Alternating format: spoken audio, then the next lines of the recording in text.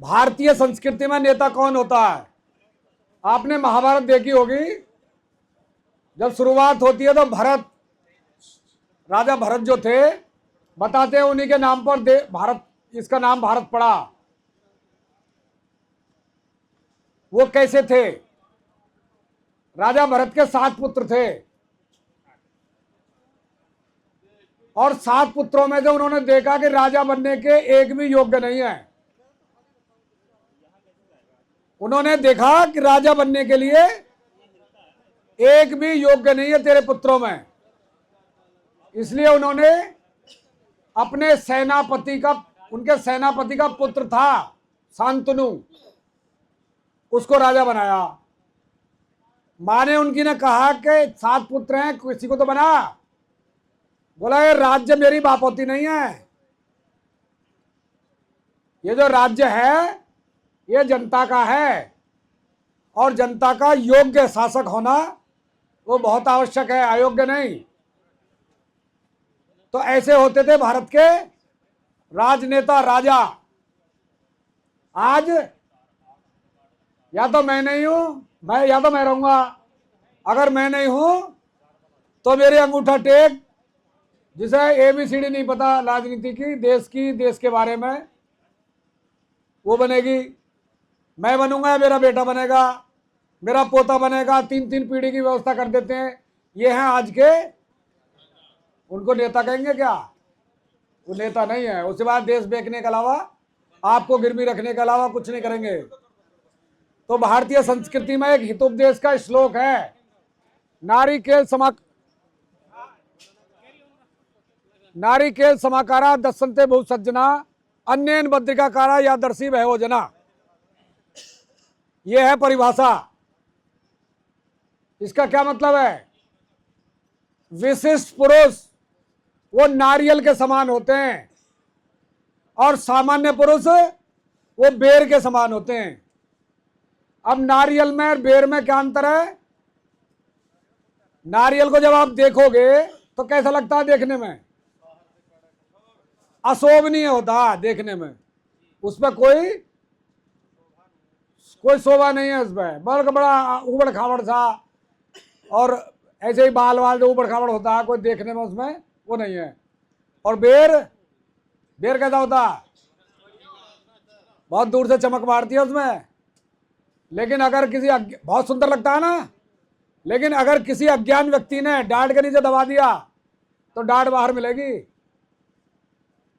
उसका कुछ नहीं बिगड़ने का। ये होता है सामान्य, साधारण व्यक्ति जो अपने ही संस्कारों में, अपने ही स्वार्थ में, लालच में, वो अपने में ही। लेकिन नारियल ऊपर से अशोभनीय है, उबड़ खाबड़ है, लेकिन अंदर उसके एक कवर निकलेगा बड़ा हार्ड, और उस हार्ड कवर के अंदर एक मीठा गोला होता है, गोलागिरी देखिए, खाइए। और उसके अंदर मीठा पानी होता है, एकदम शुद्ध। ये होते हैं विशिष्ट पुरुष। लेकिन भारत की राजनीति से क्या संबंध है इसका? नेता से क्या संबंध है इसका? संबंध बताता हूं। बेर को और नारियल को, दोनों को जेठ की दोपहरी में छत पे फेंक दो, धूप में डाल दो दोनों को, और 15 दिन जाना मत वहां। अब 15 दिन बाद जाना। अब बेर को भी देखना और नारियल को भी। क्या मिलेगा वहां? बेर की मिलेगी गुठ, उसका गूदा, उसका गूदा खत्म हो जाएगा, छिलका चिपका हुआ मिलेगा गुट पर। सामान्य पुरुष, साधारण लोग अपने संस्कारों के से वहीं सुकड़ करके पत्थर की तरह वो हो जाते हैं। लेकिन नारियल वो जैसा हमने फेंका था वैसा ही 15 दिन बाद भी वो वैसा ही मिलेगा। लेकिन एक परिवर्तन आ जाएगा उसमें, नारियल में। आप नारियल को जब उठाओगे और उसको जब हिलाओगे तो 15 दिन की धूप में उस नारियल ने गोले को छोड़ दिया। वो गोला नारियल के अंदर है, लेकिन नारियल के अंदर होते हुए भी नारियल से उसका कोई संबंध नहीं है, ऐसा हिलेगा वो। तो विशिष्ट पुरुष जो है वो समाज में रहते हैं, लेकिन समाज में रहते हुए भी समाज से उनका कोई विषय संबंध नहीं रहता, रहते समाज में ही है। तो ऐसा जो नारियल बन चुका है, उसके लिए अपनी संतान हो, अगर वो अपराध करके आई है तो वो अपराधी है उसके लिए। दूसरे की संतान अगर कोई अच्छा काम करके आई है तो वो उसके लिए प्रिय है। ऐसा व्यक्ति जब देश की राजनीति को संभालता है, वो फिर न्याय होता है उससे। वो कभी मोह, ये जो चार अपनी कमजोरियां हैं, उनसे वो प्रभावित नहीं होता है। वो फिर जब भी कोई काम करेगा, वो राष्ट्र हित में करेगा, समाज के हित में करेगा। वो पुत्र मोह में, संतान हित में, अपने स्वार्थ में कोई काम नहीं करेगा। ये हमारे शास्त्रों में बहुत पहले से प्राचीनतम व्यवस्था हमारे, और ऐसे राजा हुए हैं भारत के कि स्वप्न में ही राजदान कर दिया। किसने? हरिश्चंद्र ने छोड़ करके। राजा जनक की कहानी आती है, उनके गुरु आए, वो गुरु से बोले, महाराज मैं गुरुदेव मैं राज्य से परेशान हूं, मैं विरक्त हूं, मैं अब साधना करना चाहता हूं, अब मैं राज्य नहीं चाहता। बोले बहुत अच्छी बात है, नहीं तो मैं इसके आगे छोड़ दे। नहीं, छोड़ किसको दे दूं? मुझे दे, इस राज्य को अपने को मुझे दे। नहीं ठीक है, मैंने दिया, आप आओ बैठो। गुरु आ गए, गुरु सिंहासन में बैठे, वो नीचे अपना राज्य छोड़ दिया। गुरु बोले अब राज्य किसका है? नहीं जी आपका। राजा कौन हो आप? अब इस मेरे राज्य को तू चला। गुरु ने कहा अब ये राज्य मेरा है, अब इस मेरे राज्य को तू चला, राज्य मेरा है, तू चला। तो उन्हें विदेह बोलते थे। तो ऐसी व्यवस्था, ऐसी परंपरा राजा नल की आती है। राजा थे, कितने भटके, कितने परेशान हुए। हरिश्चंद्र, ये सब भारत 1947 में जन्म नहीं हुआ भारत का। ये जो गधे बैठे हैं, ये 1947 में हमने कर दिया। तुलना क्या करेंगे? तुलना क्या करेंगे? पाकिस्तान से हम इतने आ गए। अरे मूर्खो, पाकिस्तान, उसका भी जन्म 47 में हुआ, मतलब अपने उससे ही। लेकिन जनता सरकार मोर्चा ये क्या करेगा? जनता सरकार मोर्चे को वही व्यवस्था, भारत की प्राचीनतम व्यवस्था, भारत सोने की चिड़िया था। आर्थिक क्षेत्र में, आध्यात्मिक क्षेत्र में, धार्मिक क्षेत्र में जो भारत की विश्व को में ख्याति थी, विश्व गुरु का स्थान था भारत का, वो पुनः वो व्यवस्था स्थापित करनी है तो ऐसे चुटकी में नहीं होगी। उसके लिए 15 दिन छत पर जेठ की दोपहरी में तपना पड़ेगा। तब वैसे नेता, वैसे लीडर वो निकल करके आएंगे। तो उनकी तलाश, उनकी तैयारी जनता सरकार मोर्चा कर रहा है। अब एक कहानी सुनाता हूं। जनता सरकार मोर्चा क्या करेगा? ये हमारा जो बेवकूफ बना रखा है ना, एक कहता है हम हैं सत्ता पक्ष, दूसरा कहता है हम हैं विपक्ष। आपने जब देश में कोरोना लगा तो विपक्ष और पक्ष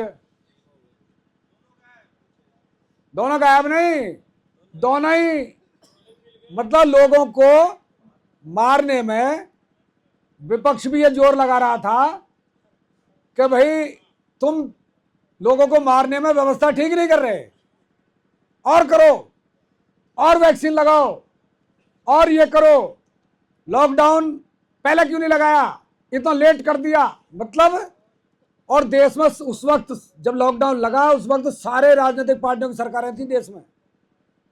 बंगाल में एक की थी, महाराष्ट्र में किसी की थी, राजस्थान में किसी की थी। सारी राजनीतिक पार्टियां उस टाइम एक ही काम कर रही थी।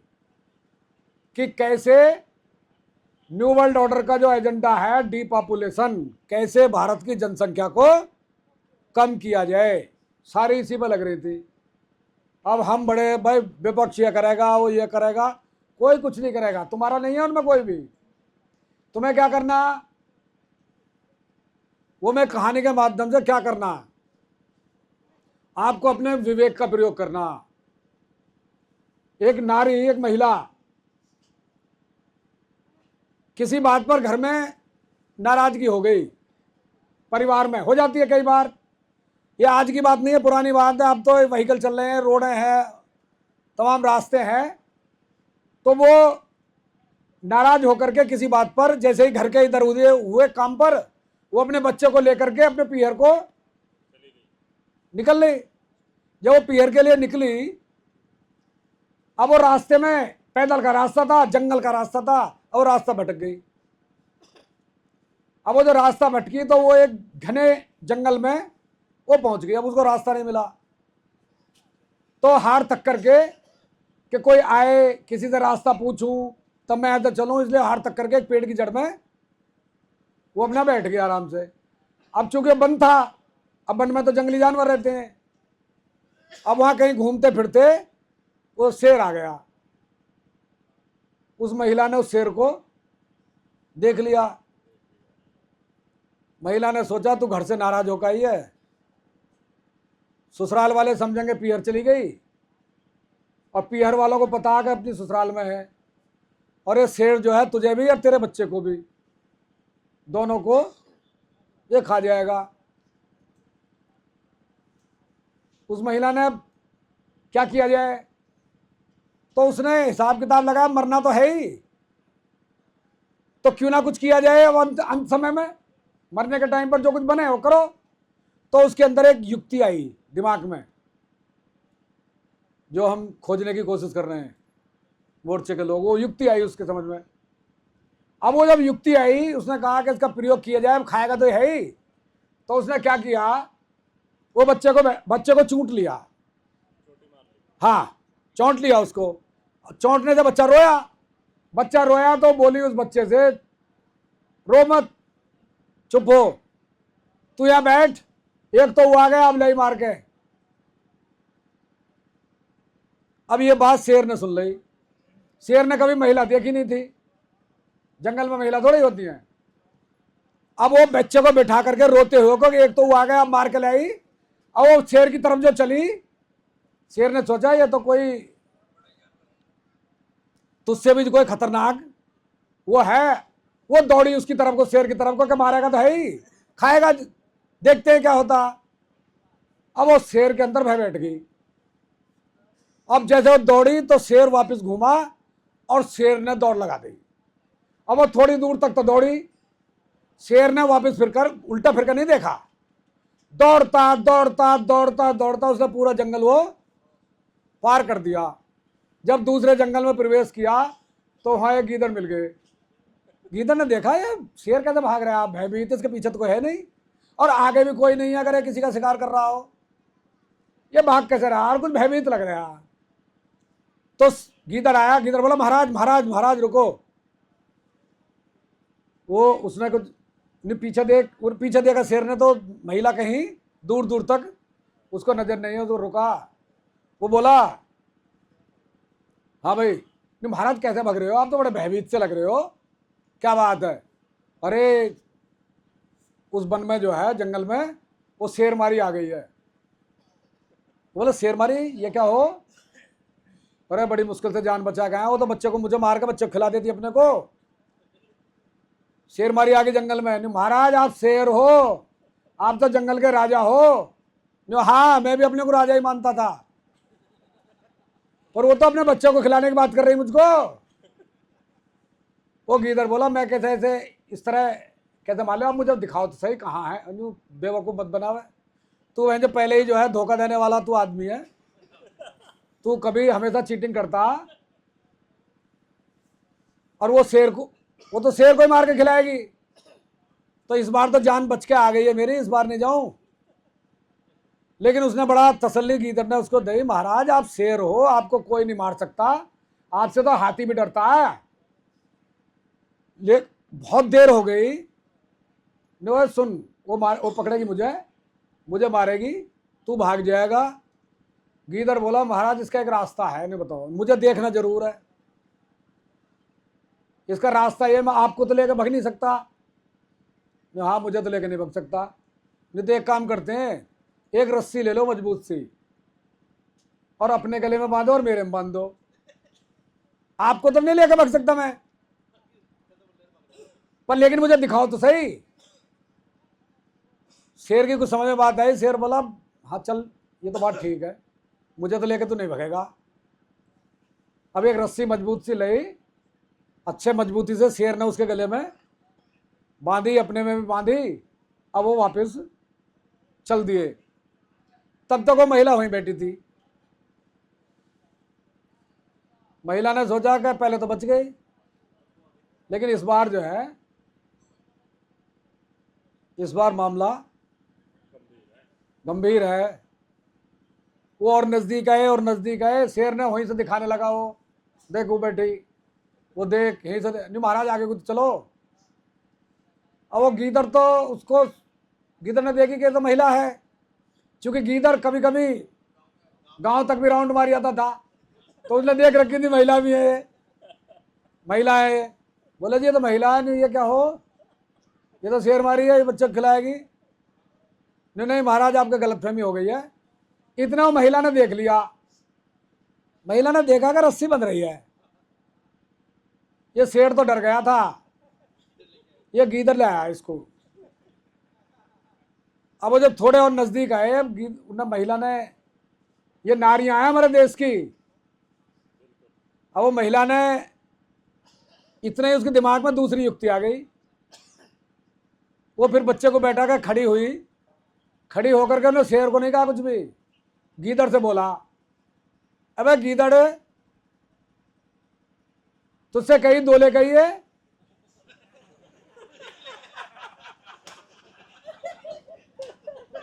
तुझसे कही थी दो ले कही है, इसको तो खाएगा, मैं क्या खाऊंगी। अब उस गीदड़ के, उसका शेर के हो गई कि ये तो इसी का भेजा हुआ, ये तो इसी का भेजा है। भाई इतनी शेर ने सुनी है, और शेर ने जो घूमा है, अब घूम करके जो उसने छलांग लगाई है, अब वो बंधा हुआ रस्सी में। अब वो 2-3 बार इधर लगा, 2-3 बार इधर लगा, इतनी जीभ निकल गई, खिंचरता जा रहा है गीदड़। ये आप लोगों को करना है, ठीक है। पक्ष और विपक्ष, सत्ता पक्ष और विपक्ष, ऐसी रस्सी बांधनी है दोनों के, जो एक दूसरे को खचेड़ करके भागते नजर आए। और जैसे ही भगे तो इस देश की व्यवस्था और सत्ता कौन संभालेगा? नारियल। उसके लिए तपना पड़ेगा, तो तपो। अभी तो बहुत सारे तो इसमें पहली उनकी वो है, यहाँ तो 3-4 साल चल रही है, और अभी भी जो है अगला जन नई बात ले आता है निकाल के। अभी मतलब 3-3.5 साल हो गई हमको साथ काम करते हुए डॉक्टर साहब के। अभी अगला हमारी समझ में ना आया क्या बीमारी है।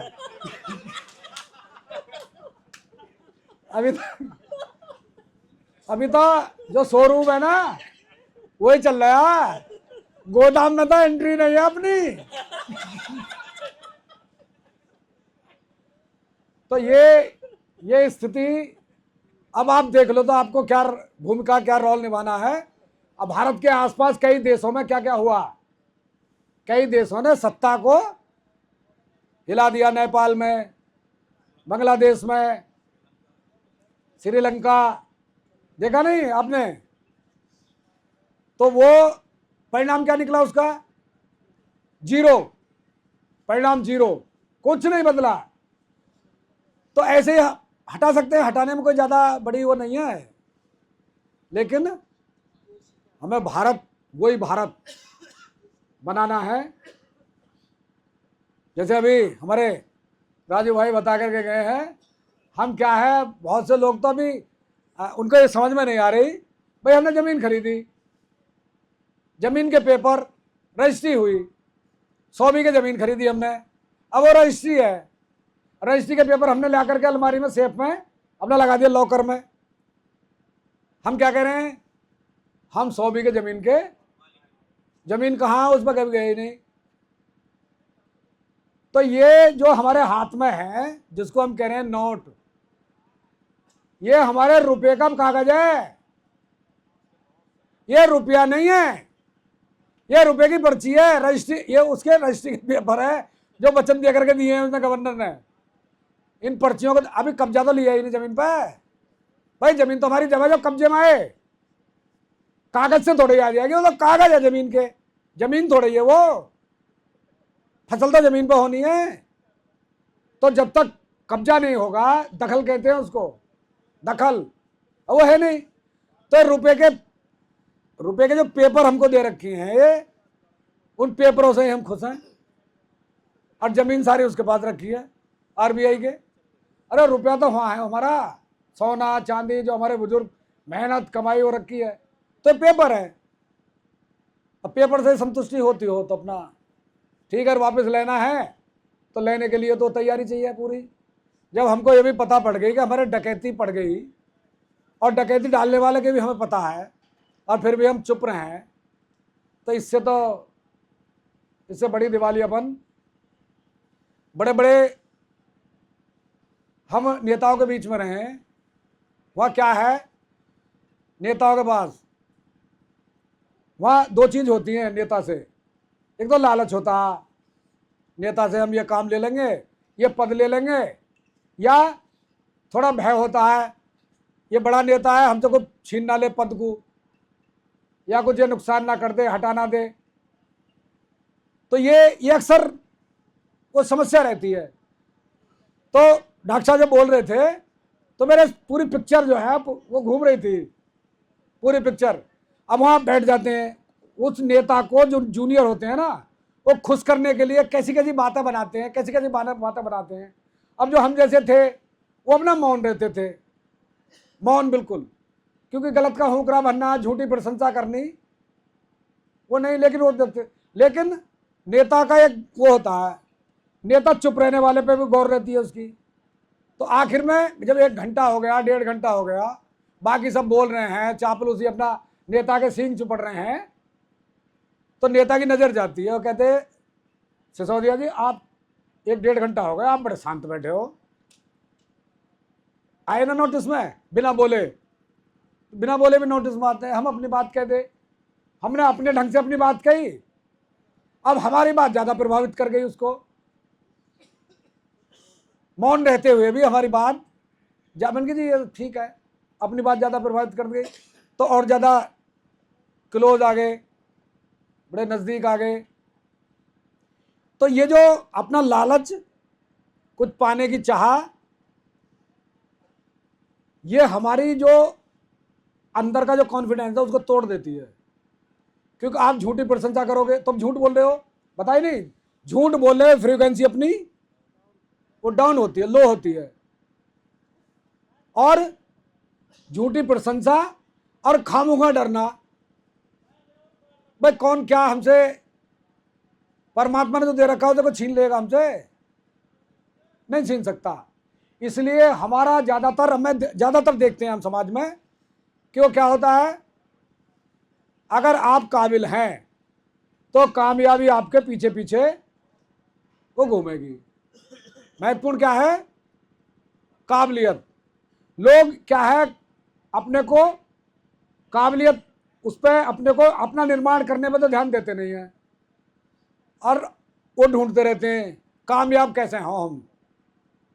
मैं कहता हूँ कामयाबी तो पीछे पीछे वो रहती है, बात विशेष ध्यान रखना चाहिए, अपने को योग्य काबिल जहाँ से भी जो मिले, और जिसने अपने को पूर्ण मान लिया मैं तो योग्य हूँ, बस ये समझो उसके ब्रेक लग गए, वो आगे नहीं बढ़ सकता।